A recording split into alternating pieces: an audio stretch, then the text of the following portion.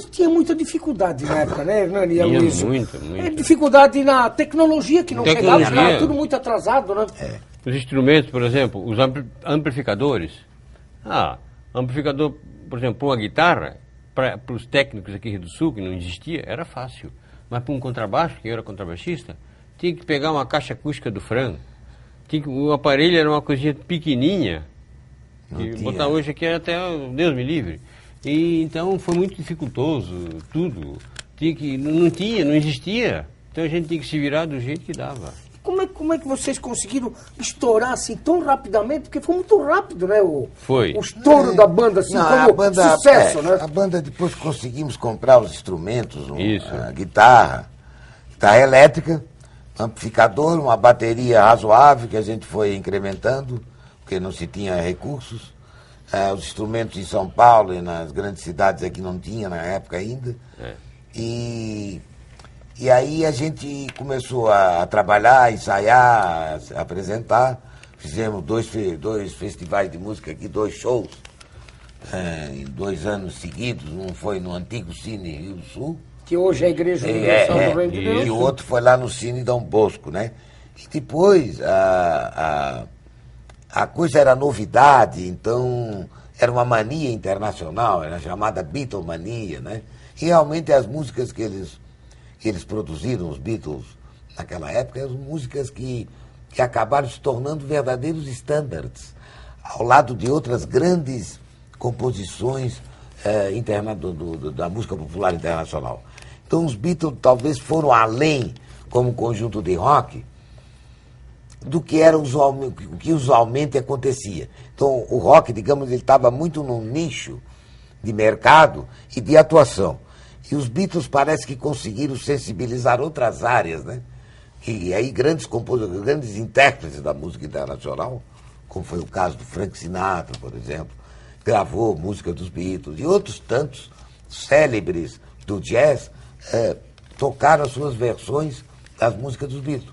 Então o Beatles deixou uma herança musical interessante, importante, que continua sendo tocada até hoje. Até hoje. Foi de quase meio século de existência da banda. Os garotos de Liverpool, né? Exatamente. Os garotos de Liverpool. Falando mais popularmente, os Beatles conseguiram mudar as cores dos automóveis, que era mais preta, conseguiram mudar até a cor da cueca.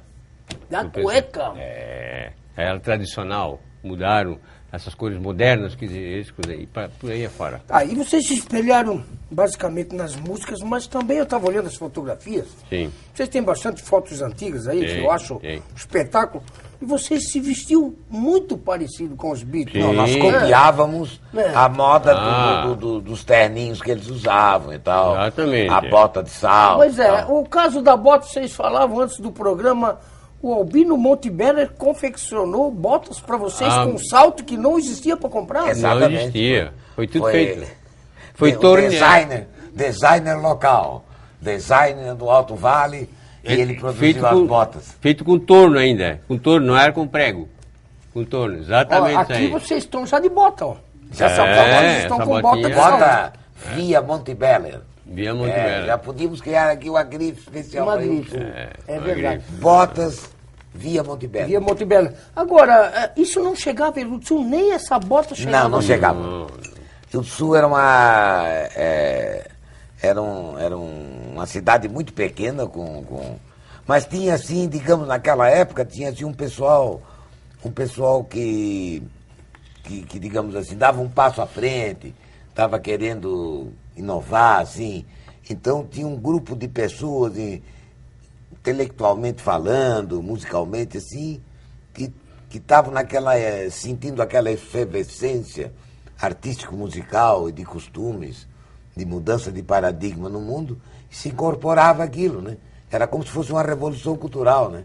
Vai aparecer os hippies, as comunidades lá nos Estados Unidos. O movimento hippie também começou nessa época, né? Exatamente. Então é mais ou menos nessa época que começa o que eu aludi hoje à tarde durante o papo lá com o pessoal do jornal, foi que esse é um momento, a Folha, né? A Folha. Esse momento é um momento que é hoje sociologicamente designado como contracultura, um conceito contracultura.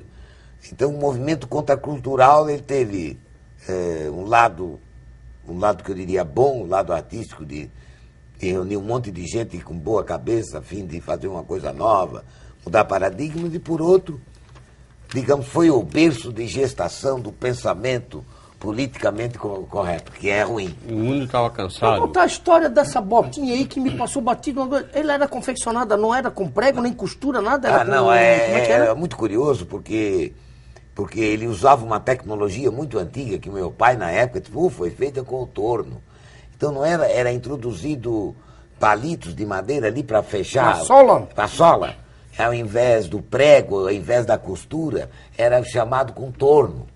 E aí, com o usar da bota, de vez em quando eu senti que ela começava a dar uma rangida quando a gente andava. Fazia aquele, como é que fazia? Fazia meio... que dava aquela... Como a cama faz, às vezes, quando faz aquele Não, movimento. exatamente. Aí é um jogo